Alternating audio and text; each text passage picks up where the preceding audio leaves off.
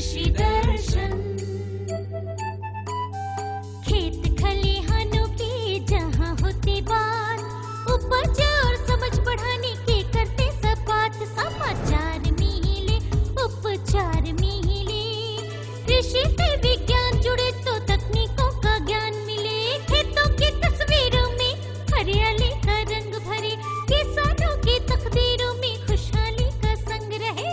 कृषि दर्शन, कृषि दर्शन, कृषि दर्शन, कृषि दर्शन, कृषि दर्शन, कृषि दर्शन, कृषि दर्शन, कृषि दर्शन। जोहार, नमस्कार किसान भाइयों, आपके अपने कार्यक्रम कृषि दर्शन में स्वागत करती है आपकी चुमकी बहन। बहुत दिनों के बाद आज आपसे मुलाकात हो रही है। बारिश शुरू हो गई है, खेती बाड़ी भी शुरू हो गई होगी, लेकिन हम लोग आगे बढ़ेंगे अपने कार्यक्रम में। लेकिन उससे पहले हम लिए चलते हैं आपको कृषि समाचार की ओर, जहां है आपके लिए खेती से जुड़ी हुई जानकारी, मौसम का मिजाज और बाजार का भाव। आइए चलिए देखते हैं। नमस्कार, कृषि समाचार में आपका स्वागत है। मैं हूं मृदुला। आइए देखते हैं आज कृषि समाचार में क्या है खास। देश में किया जाएगा 20 टन यूरिया का आयात। खूंटी के कर्रा रनिया और मुरहू प्रखंड के मछली पालकों के लिए प्रशिक्षण सह गोष्ठी का आयोजन। उड़द के बेहतर उत्पादन के लिए लगाएं उन्नत प्रभेद T9।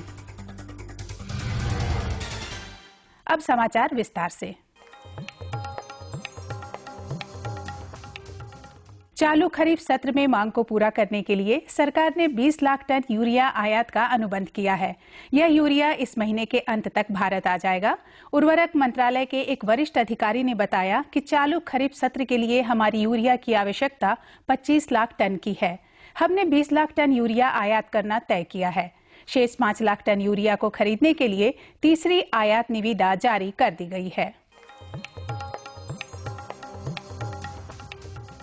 खूंटी जिला के कर्रा रनिया और मुरहू प्रखंड के मत्स्य कृषकों, मत्स्य बीज उत्पादकों, मत्स्य पालकों, मत्स्य मित्रों और डोभा एवं तालाब मालिकों के लिए सूचना जारी की गई है कि उनके लिए विभागीय योजनाओं की जानकारी देने के लिए 1 दिवसीय प्रशिक्षण सह गोष्ठी का आयोजन किया जा रहा है। यह कार्यक्रम प्रखंड के किसान भवन में होगा।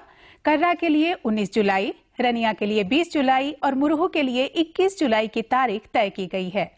मछली पालन से जुड़े ग्रामीण इसमें जरूर भाग लें।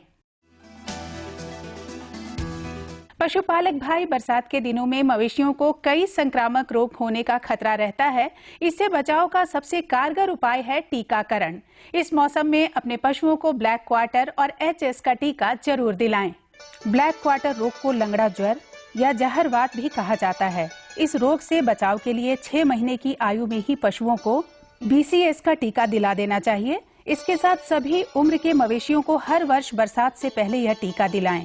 HS रोग, जिसे डकहा या गलघोंटू भी कहा जाता है, इससे बचाव के लिए बरसात से पहले 6 माह की आयु वाले पशुओं सहित सभी उम्र के मवेशियों को HS का टीका दिला दें। किसान भाइयों, और एक चीज में आप जरूर ध्यान दीजिएगा, बरसात में जब गाय या भैंस को और की दूसरा जानवर को आप बाहर निकालते हैं तो उस टाइम में जो चारा इनको मिलता है, इस चारा में परजीवी जो कीटाणु है इनके जाल में रह जाता है। मतलब है इसके जो अंडा आता है, अंडा जब मिट्टी में आता है वह अंडा फूट जाता है, तो अंडे से ये जो लार्वी निकल आता है वो घास का वो ऊपर आ जाता है, और जब जानवर घास खाते तो पेट में ये कीड़ा चल जाता है। तो किसान भाइयों, हमेशा ध्यान दीजिए, आप बरसात की जिस चारा को आप गाय या भैंस जानवर को खिला रहा है, इसको एक बार कीड़ा से मुक्त करने के लिए इसको इंसेक्टिसाइड, ये पेस्टिसाइड, ये बायो जो पेस्टिसाइड होता है, जैसे नीम का हो गया कि दूसरा चीज का हो गया, वो जरूर छिड़काव करें। तो जो परजीवी कीटाणु है नीचे आ जाता है और घास खाने से इनका पेट में नहीं जाए। खरीफ दलहनी फसल उड़द की बुआई मध्य अगस्त तक की जा सकती है। किसान भाई उड़द के बेहतर उत्पादन के लिए झारखंड के लिए अनुशंसित उन्नत प्रभेद T9, पंत U19 या बिरसा उड़द 1 लगा सकते हैं। उड़द की खेती के लिए 20 किलोग्राम बीज प्रति हेक्टेयर की दर से लगाएं। इसमें कतारों के बीच 23 सेंटीमीटर और पौधों के बीच 10 सेंटीमीटर की दूरी रखें। अच्छी उपज के लिए उन्नत प्रभेद T9, पंत U19 या बिरसा उड़द 1 लगाएं। ये रोगरोधी प्रभेद हैं जो 75 से 80 दिन में तैयार हो जाते हैं और इनकी उत्पादन क्षमता 15 से 20 क्विंटल प्रति हेक्टेयर है। कृषक बंधु कृषि उपकरण पशु चालित बहुउद्देशीय हो की मदद से कतार में लगी हुई मूंगफली, सूर्यमुखी, सलजम और सोयाबीन जैसी फसलों की निकाई गुड़ाई करने तथा उससे खरपतवार निकालने का काम कर सकते हैं। इससे हाथ से निकाई गुड़ाई करने की तुलना में 70% मजदूरी की बचत होती है तथा 25% उपज में वृद्धि होती है। आज हम जानेंगे बैगन फसल में रासायनिक दवा के बिना हॉपर्स, माहो और सफेद मक्खी कीट के रोकथाम के उपाय के बारे में। किसान भाई, आप अपने बैगन फसल को हॉपर्स, माहो और सफेद मक्खी कीट से बचाने के लिए फसल पर लगातार निगरानी रखें। ये कीट बैगन के पौधों के कोमल अंगों से रस चूसकर उपज पर प्रतिकूल प्रभाव डालते हैं। बैगन फसल में इन कीटों के रोकथाम के लिए प्रति एकड़ 2 से 3 डेल्टा या पीला ट्रैप लगाएं। और अब एक नजर राज्य के 5 प्रमुख शहरों के मौसम के मिजाज पर। आज राज्य के 5 प्रमुख नगरों के अधिकतम और न्यूनतम तापमान कुछ इस प्रकार दर्ज किए गए। रांची का अधिकतम तापमान 27 डिग्री सेल्सियस और न्यूनतम 22 डिग्री सेल्सियस। जमशेदपुर का अधिकतम तापमान 29 डिग्री सेल्सियस और न्यूनतम 25 डिग्री सेल्सियस। मेदिनीनगर का अधिकतम तापमान 30 डिग्री सेल्सियस और न्यूनतम 24 डिग्री सेल्सियस। देवघर का अधिकतम तापमान 30 डिग्री सेल्सियस और न्यूनतम 25 डिग्री सेल्सियस और धनबाद का अधिकतम तापमान 29 डिग्री सेल्सियस और न्यूनतम 25 डिग्री सेल्सियस रहा।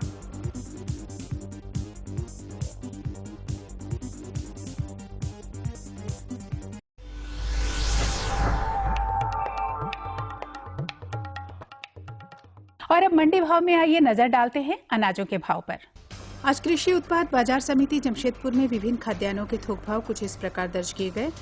चावल मध्यम 3000 रुपए से 3600 रुपए, चावल उत्तम 4500 रुपए से 4800 रुपए, गेहूं 2200 रुपए से 2800 रुपए, दाल अरहर 12500 रुपए से 13500 रुपए, दाल चना 7300 रुपए से 7700 रुपए, सरसों तेल 10500 रुपए से 11100 रुपए, चीनी 3780 रुपए से 3900 रुपए, आलू 1300 रुपए से 1800 रुपए और प्याज 1300 रुपए से 1700 रुपए प्रति क्विंटल रहा। कृषि समाचार में आज इतना ही। अगले दिन अगले अंक में फिर मुलाकात होगी कुछ ताजा तरीन खबरों के साथ। तब तक के लिए दीजिए इजाजत। नमस्कार, जोहार। कृषि समाचार में आपने देखा ना, खेती से जुड़ी हुई आपके लिए ढेर सारी जानकारियाँ थी। मौसम का मिजाज था, रोज बदलते हुए मौसम का मिजाज और बाजार का भाव भी था। चलिए, जैसा कि मैंने कहा जानकारियों का समय हो रहा है, लेकिन अभी भी थोड़ा सा वक्त है, थोड़ा सा समय दीजिए। एक छोटा सा संदेश है, वो देख लेते हैं, फिर वापस आते। ये लो और बताओ। बस। अरे ये क्या भैया जी, बस इतनी सी रासायनिक खाद? किसानी छोड़ रहे हो क्या? किसानी नहीं, नादानी छोड़ रहे हैं। मिट्टी की जांच कराई है। अब तो लालाजी जितनी जरूरत है उतने ही उर्वरक खेत में डालेंगे। हाँ, किसान भाई आज ही अपने जिले की नजदीकी भूमि परीक्षण प्रयोगशाला में मिट्टी की जांच जरूर करवाएं और मिट्टी में पोषक तत्व, नमी व पौधे के विकास को देखते हुए केवल जरूरत के अनुसार ही पोषक तत्व डालें। और हाँ, मिट्टी में गंधक, जस्ता, बोरोन जैसे सूक्ष्म पोषक तत्वों का पता लगाना भी न भूलें। उर्वरक और जैविक खाद के सही उपयोग से भूमि का उपजाऊपन बनाए रखें, उत्पादकता बढ़ाएं, खर्चा घटाएं और बहुमूल्य विदेशी मुद्रा बचाने में भी सहयोग दें। और हाँ, धीमी गति से नाइट्रोजन उपलब्ध कराने वाले उर्वरकों जैसे नीम लेपित यूरिया को प्राथमिकता दें और यूरिया का पत्तों पर छिड़काव करें। अरे वाह, तू तो सचमुच समझदार हो गया रे। अधिक जानकारी के लिए संपर्क करें जिला कृषि अधिकारी या किसान कॉल सेंटर। चलिए किसान भाइयों, अब आपको लिए चलते हैं जानकारियों की ओर। तो ऐसा है कि आप खेती करते हैं तो उर्वरक का प्रयोग करते हैं। उर्वरक का प्रयोग करने से आपकी खेती के जो उपज है वो बढ़ते हैं। आज हम आपको बताएंगे कि जैव उर्वरकों का यदि आप प्रयोग करते हैं तो उससे आपकी खेती कैसे बढ़ेगी, उसका महत्व आपकी खेती के लिए कितना है, कैसा है। आपके साथ विशेषज्ञ जुड़ चुके हैं। आइए आपको लिए चलते हैं, आपको दिखलाते हैं ये खास जानकारियाँ। जैविक खाद यानी जैव उर्वरक मिट्टी को लंबे समय तक उपजाऊ बनाए रखता है। इसमें मिट्टी स्वस्थ रहती है और उपज की गुणवत्ता बढ़ती है। मिट्टी की उर्वरा शक्ति पोषक तत्वों के कारण है। ये पोषक तत्व मिट्टी में वर्षों तक जीवों के मल और पेड़ पौधों के सड़ने गलने से बनते हैं। जैव उर्वरक कई प्रकार के हैं और सभी कृषि उत्पादन बढ़ाने के लिए जरूरी हैं।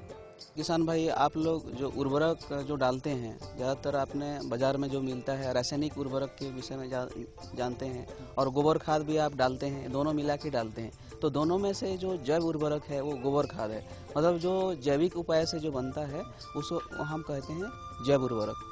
तो जैव उर्वरक बहुत सारे किस्म के होते हैं। एक तो है गोबर खाद से बना हुआ, दूसरा हुआ जो खरपत्ता वगैरह जो होता है वो सड़ाते हैं, उससे जो कंपोस्ट बनता है वो जैव उर्वरक होता है।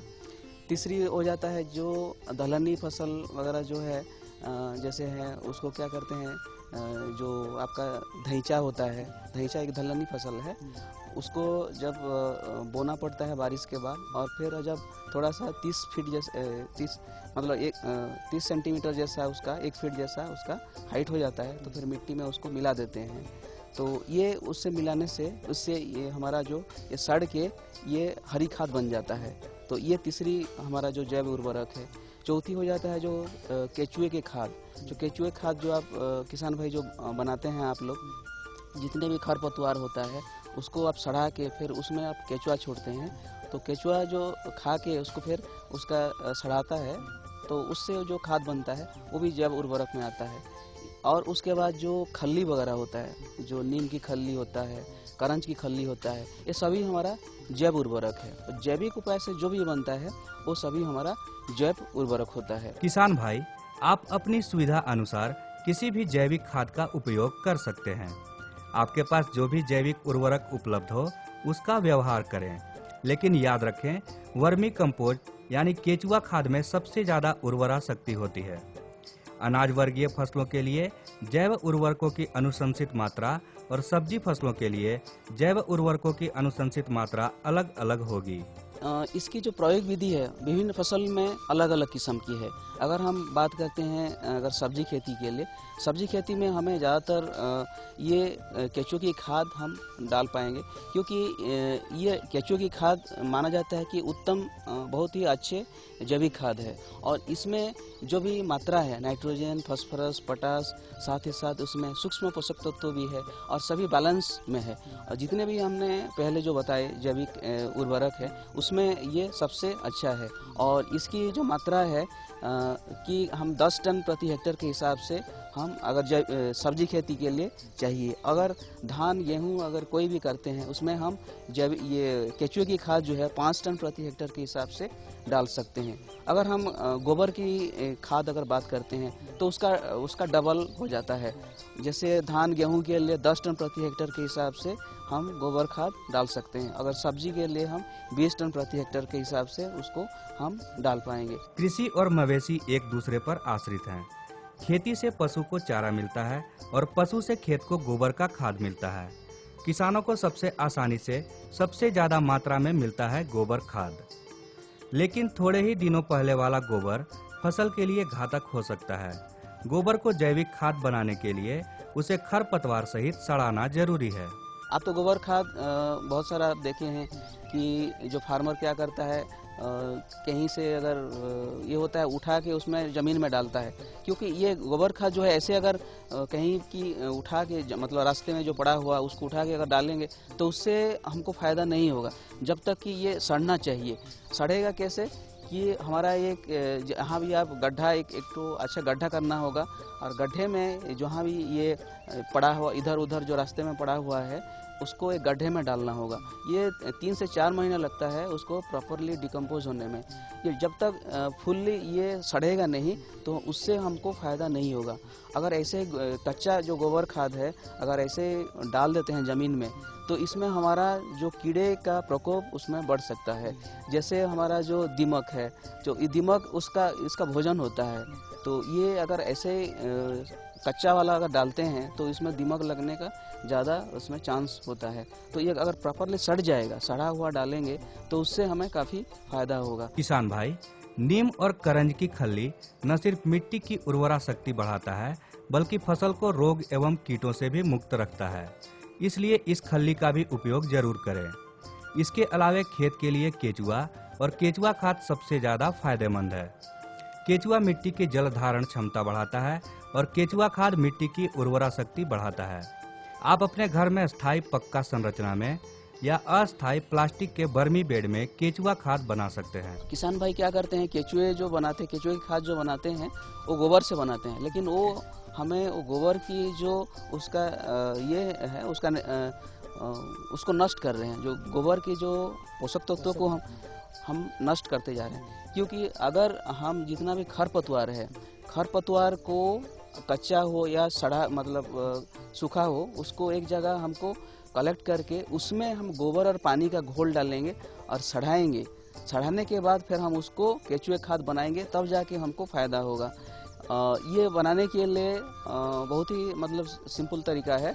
ये क्या करते हैं कि आप अगर परमानेंट बनाने चाहेंगे तो सीमेंट का जो टब है उसमें बना सकते हैं। अगर ये टेम्पोररी बनाना है तो बाज़ार में जो मिलता है एक वर्मी बेड मिलता है, प्लास्टिक का वर्मी बेड मिलता है, और ये कोई भी छायादार स्थान मतलब अंधेरा जहाँ होगा उस जगह में आपको ये बनाना पड़ेगा।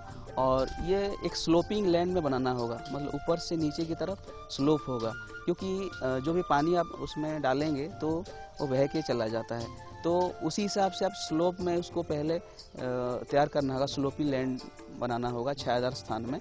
फिर उसमें जो खरपतवार होता है और जो सड़ा हुआ, जो पहले बताया कि 1 महीना जिससे वो सड़ेगा, जो भी एक जगह में उसको इकट्ठा करके उसमें गोबर और पानी का घोल डाल के उसको 1 महीना जैसा सड़ाना पड़ेगा। सड़ने के बाद फिर उसमें वो जो प्लास्टिक का जो वी बेड है या आपका जो सीमेंट टब जो बनाए होंगे तो उसमें डालना पड़ता है। जो प्लास्टिक का जो वर्मी बेड आता है 12 फीट 4 फीट और 2 फीट का उसका डायमेंशन होता है। 12 फीट लंबाई, 4 फीट चौड़ाई और 2 फीट का उसका हाइट होता है। तो उसमें इसको आपको डालना पड़ेगा। तो काफ़ी मात्रा में आपको बनाना पड़ेगा, जो इसका डायमेंशन है उसी हिसाब से आपको भरपूर मात्रा में जितना भी आपका वेस्ट है वो डालना पड़ेगा। और डालने के बाद 1 महीना जो सड़ा हुआ है उसको डालना होगा। डालने के बाद फिर उसमें जो लाल वाला केचुआ आता है स्पेशली वर्मी कंपोस्ट के लिए होता है, और आइसेनिया उसको बोला जाता है, उसी को आपको डालना पड़ेगा। 4 से 5 केजी जैसा उसमें जो डायमेंशन है उसमें आपको डालना पड़ेगा। और ये डालने के बाद 2 महीने के बाद ये आपका केचुआ खाद बनने लगता है। और इसी दौरान आपको क्या करना होगा, केचुआ डालने के बाद पानी आपको हर हफ्ते देना पड़ेगा। आपको नमी सही है कि नहीं आपको देखना पड़ेगा। अगर हाथ से उसको निचोड़ के, जैसे हाथ घुसा के उसमें निचोड़ देंगे तो उसमें पता चलेगा कि पानी उसमें निकल रहा है कि नहीं। तो एक बूंद जैसा उसमें पानी मतलब गोल जैसा हो जाना चाहिए, जैसे ये कर देंगे तो उसमें गोल हो जाएगा। तब फिर उसमें ये पानी कंटिन्यू करना पड़ेगा जब तक कि ये 2 महीने तक। 2 महीने जब हो जाता है फिर उसमें पानी देना बंद कर दीजिए और ये धीरे धीरे आपका वर्मी कंपोस्ट बनने लगता है। किसान भाई, रासायनिक उर्वरकों के असंतुलित उपयोग से मिट्टी, उपज और मानव के स्वास्थ्य पर पड़ने वाले दुष्प्रभाव को रोकने के लिए जैव उर्वरकों का व्यवहार करें। जैव उर्वरक मिट्टी की नैसर्गिक उर्वरा शक्ति को टिकाऊ बनाता है और जैव पारिस्थितिकी को संतुलित रखता है। तो देखा किसान भाइयों, अच्छा लगा ना आपको? जैव उर्वरक का अगर प्रयोग करेंगे आप तो आपकी खेती दिनों दिन बढ़ती जाएगी, उपज भी बढ़ेगी। चलिए, दूसरी जानकारी भी है, थोड़ा धीरज धरिए। एक छोटा सा विराम है, वापस लौटते हैं, फिर उसकी ओर बढ़ते हैं।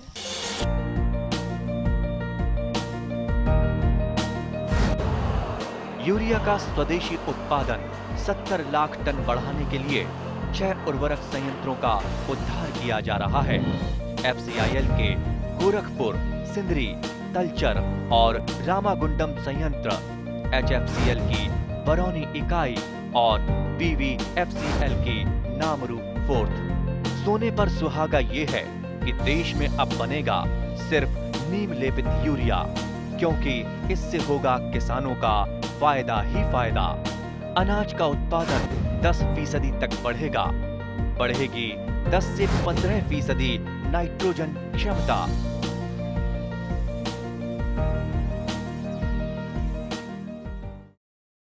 चलिए किसान भाइयों, अब हम लोग जानकारी लेंगे फल के बारे में। फल है पपीता। पपीता जिसमें कि बहुत सारे विटामिन होते हैं, आपके लिए, हमारे लिए, हमारे बच्चों के लिए, सबके लिए लाभदायक है। तो इसकी खेती करना सीखेंगे। इसकी उन्नत खेती कैसे करें, इसके उन्नत प्रभेद कौन कौन है, खेती कैसे करेंगे ताकि फल अच्छे हों, इन सारी बातों को लेकर आए हैं विशेषज्ञ, आपके साथ जुड़ चुके हैं।